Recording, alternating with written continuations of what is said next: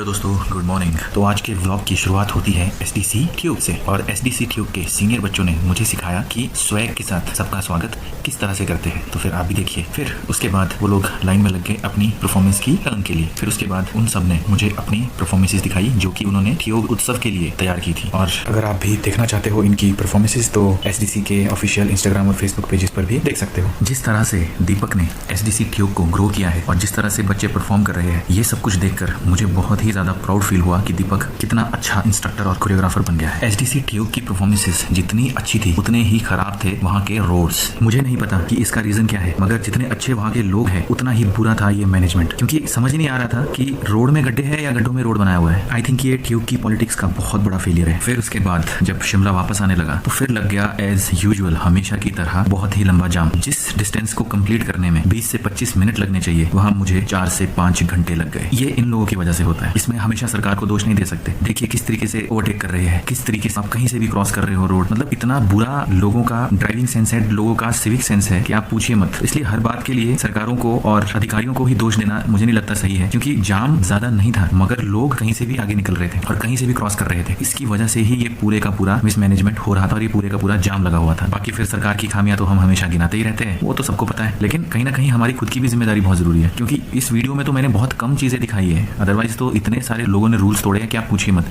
कई लोगों ने तो मुझे भी साफ बोला कि यार क्या खड़े रहोगे तो 5 घंटे लग जाएंगे, इसीलिए ओवरटेक करके निकलो यहाँ से, अदरवाइज तो 5 घंटों में पहुंचोगे तुम वहां पर। और कहीं ना कहीं वो बिल्कुल सही थे। ठियोग से शिमला पहुंचने में मुझे 5 आवर्स का टाइम लगा, जो कि बिल्कुल भी नॉर्मल नहीं है। और मैं ये सब कुछ इस व्लॉग में क्यों डाल रहा हूँ, क्योंकि ये बहुत ही ज्यादा जरूरी है। क्योंकि हम बात करते हैं कि भारत जो है वो विश्व गुरु बनेगा, और जैसे ये हालत है इससे तो कहीं यूनिवर्सल गुरु ना बन जाए। क्योंकि मैं तो अपने स्टूडेंट्स को अब ये जरूर समझाऊंगा कि हमारे अंदर बेसिक सिविक सेंस का होना कितना ज्यादा जरूरी है। अगर आप जापान जैसी कंट्रीज को देखोगे तो वहां पर बहुत अर्ली स्टेज से ही वो लोग सिविक सेंस को डेवलप करते हैं और इसीलिए वो लोग इतना तरक्की कर चुके हैं और हम अभी भी देख लो कहाँ है। तो फिर क्यों ना शुरुआत बेसिक सिविक सेंस को इंप्रूव करके ही की जाए। धन्यवाद।